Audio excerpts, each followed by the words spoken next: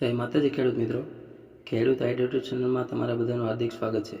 તો મિત્રો, આજના વિડીયોમાં છે તો કે આપણે સાપ કટર યોજના વિશે છે તો કે સંપૂર્ણ માહિતી જોવાના છીએ। તો વિડીયો છેલ્લે સુધી જરૂરથી જોજો।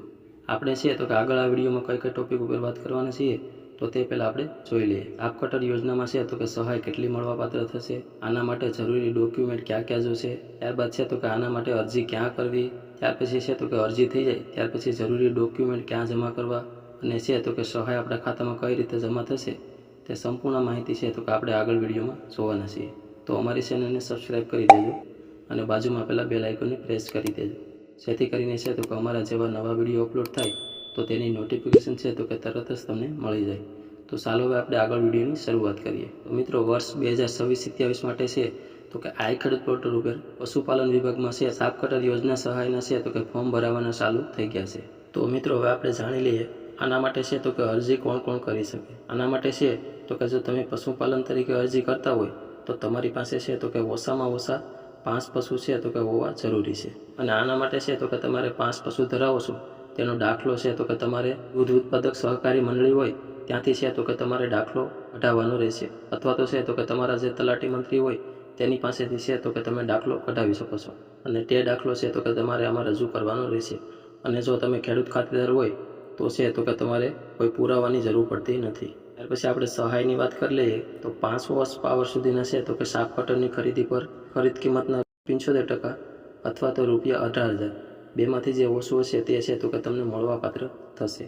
અને પછી છે તો કે 5 હોર્સ પાવરથી છે તો કે વધુના સાપ કટર ખરીદવા પર છે તો કે ખરીદ કિંમતના 75% અથવા તો ₹42,000 બેમાંથી જે ઓછું હશે તે છે તો કે તમને મળવાપાત્ર થશે। તો આટલું છે તો કે સહાયનું ધોરણ છે તો કે સાપ કટર યોજનામાં રહે છે। ત્યાર પછી આપણે જાણી લઈએ કે આના માટે અરજી ક્યાં કરવી। તો આના માટે છે તો કે તમારે આઈ ખેડૂત પોર્ટલ ઉપર ઓનલાઈન અરજી કરવાની રહેશે। તમે છે તો કે તમારી જાતે પણ અરજી કરી શકો છો અથવા તો તમારા ગામના વીસીએ પાસે છે તો કે તમે અરજી કરાવી શકો છો। અને અરજી કરવાની આપણે છેલ્લી તારીખની વાત કરીએ 31 મે છે તો કે છેલ્લી તારીખ રહેવાની છે। આ સમયગાળા દરમિયાન છે તો કે તમારે આમાં છે તો કે વહેલી તકે અરજી કરી દેવી। અને જો તમે શિક્ષિત હોય તો તમે છે તો કે તમારી જાતે પણ છે તો કે અરજી કરી શકો છો, તેના માટે છે તો કે આપણી ચેનલ ઉપર વિડીયો બનાવેલો છે। ત્યાર પછી હવે વાત કરીએ કે આના માટે જરૂરી ડોક્યુમેન્ટ ક્યાં ક્યાં જોશે। જો તમે પશુપાલન તરીકે અરજી કરતા હોય અને તે દાખલો છે તો કે તમારે આમાં રજૂ કરવાનો રહેશે। 12 અને 8ની નકલ, આધાર કાર્ડ, બેંક પાસબુક, દિવ્યાંગતાનું પ્રમાણપત્ર જો લાગુ પડતું હોય તો, અને જાતિનું પ્રમાણપત્ર જો લાગુ પડતું હોય તો। તમે એસસી અથવા તો એસટી કેટેગરીમાં આવતા હોય તો તમારે છે તો કે જાતિનું પ્રમાણપત્ર છે તો કે રજૂ કરવાનું રહેશે। આટલા જરૂરી ડોક્યુમેન્ટ તમારી પાસે છે તો તમે છે તો કે આ સાપ કટર યોજનામાં છે તો કે ફોર્મ છે તો કે આસાનીથી ભરી શકશો। ફોર્મ ભરાઈ જાય ત્યાર પછી છે તો કે તમારે અરજીની પ્રિન્ટ ડાઉનલોડ કરી લેવાની છે અને તે છે તો કે તમારે તમારી પાસે જ રાખવાની છે। અરજી કરવાની બધી પ્રક્રિયા પૂર્ણ થઈ જશે ત્યાર પછી છે તો કે ટૂંક જ સમયમાં અરજીનો છે તો કે ડ્રો કરવામાં આવશે અને એમાં જો તમારી પસંદગી થશે તો તમને છે તો કે SMS દ્વારા અથવા તો ફોન દ્વારા છે તો કે જાણ કરવામાં આવશે। અને તમારી જો પસંદગી થશે તેનો જે સમયગાળો હોય તે દરમિયાન છે તો કે તમારે આ સાપ કટરની છે તો કે ખરીદી કરવાની રહેશે।